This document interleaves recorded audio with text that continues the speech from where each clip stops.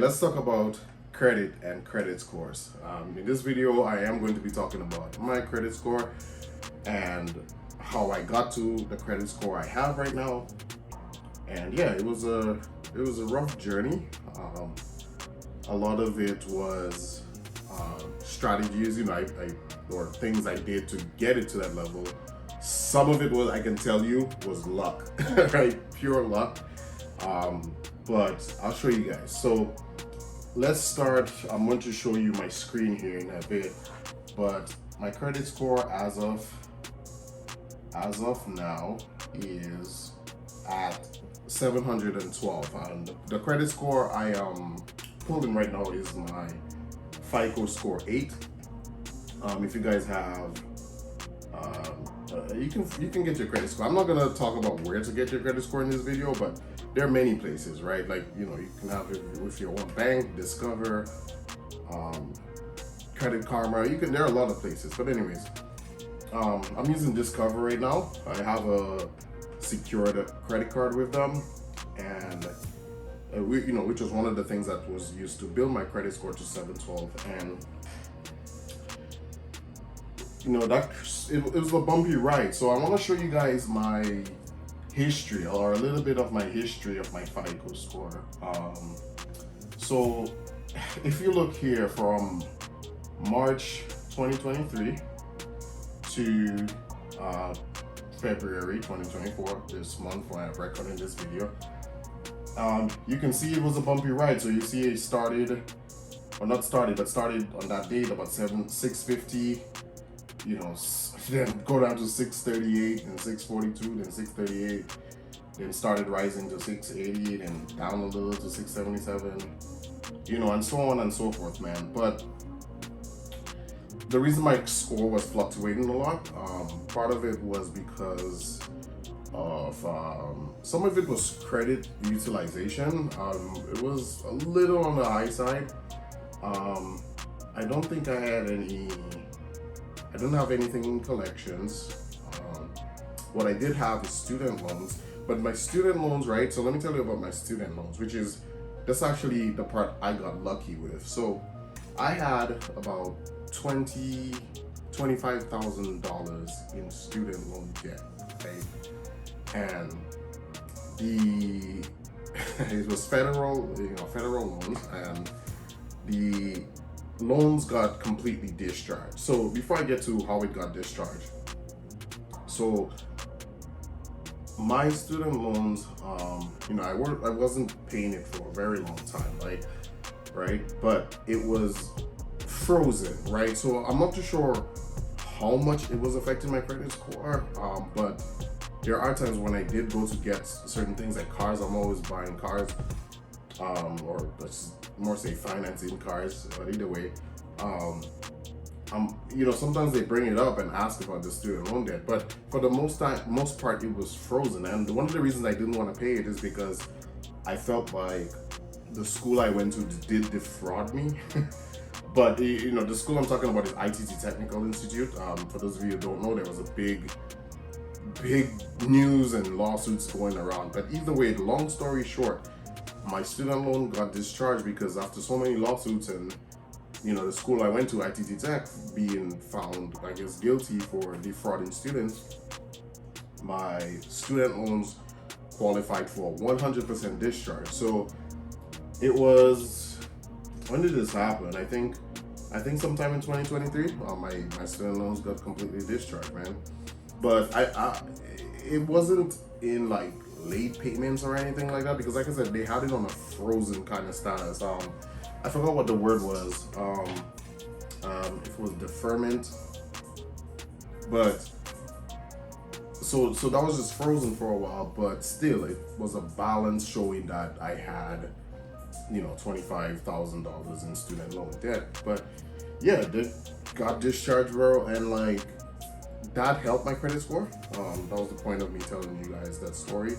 That was a part of helping my credit score. Actually, no, I'm sorry. I just lied. So when the loans account got closed, my credit score actually dropped a little bit.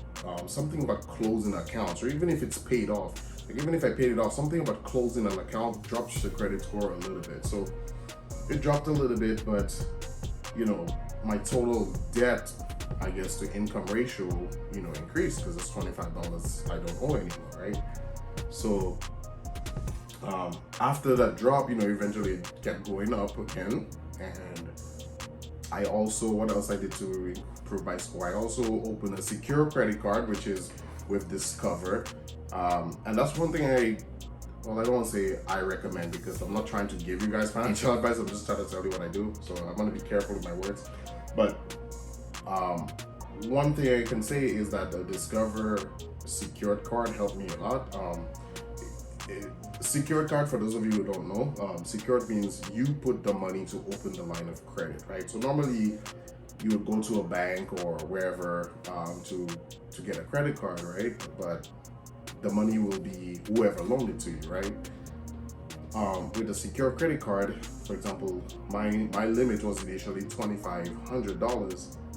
So I put my $2,500 to open a card, right? So it opens and I'm basically spending my own money. But what they're doing is they're reporting those transactions to the credit bureaus, and you know, it's kind of working like a real credit card, but they call it secured because, you know, they're not at risk. It's really my money.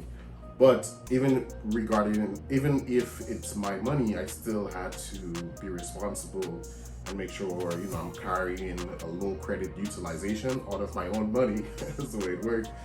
And I always found it strange, but that's how it works. And also the thing about that, though, you still have to be careful, like I said, because you know, they can report negative if you don't pay it or your utilization is high. So just recently I did I'll show you guys my utilization. So just recently I did pay off my credit card balance. This is really the only credit card I have right now. Eventually I will get more, but I really wanted to start with the secure credit card first, right? So 68% utilization, which this is going to go down because it just hasn't updated. They haven't reported it to the bureaus yet. But maybe in a week or a few weeks time, maybe, or maybe days, I don't know when they're gonna send it again. But my that utilization is, I know it's gonna be maybe, I think, under 10%. So that, I'm expecting my credit score to shoot up to maybe a mid 7s. I use a lot of credit simulators, so what I did was I said, you know what, if I pay off all this debt, or you know, the secure credit card, what will, you know, it will show what will happen, right? And it showed my score should have reached a mid 7. So we'll see. I might update you guys, you know, after that happens. You know, of course, it will not be in this video, but credit utilization is a big part of of the score. But what else was a factor? As you guys can see, I have 0 missed payments, which is, wow, that's a big thing. Don't miss payments, you know, because I remember at one point when my student loans was being reported to the credit bureau of missed payments, because that was like in the early times of me opening it, right? Like I didn't want to pay. But in the early times, you know, they were actually reporting missed payments, but eventually that all fell off.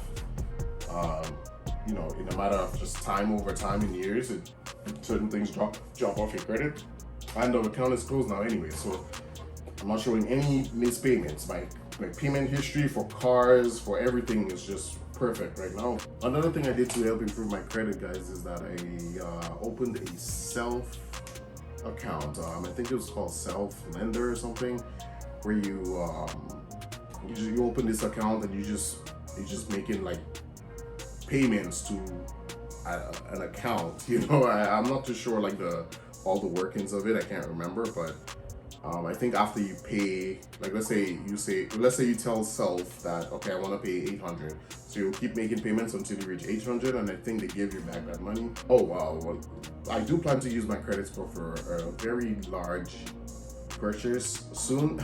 I'll actually talk about that in the next video. I just wanted to keep this video about my credit score, what it is right now, and kind of like my history, how I went from shit like 4 something to to 7, man. But yeah, it's only gonna go up from there, you know, unless some crazy situation happens. But yeah, thank you guys for watching though. Let me know if you have any questions or if you feel like I didn't cover something I should have in this video, man. And yeah, I'll see you guys in the next one.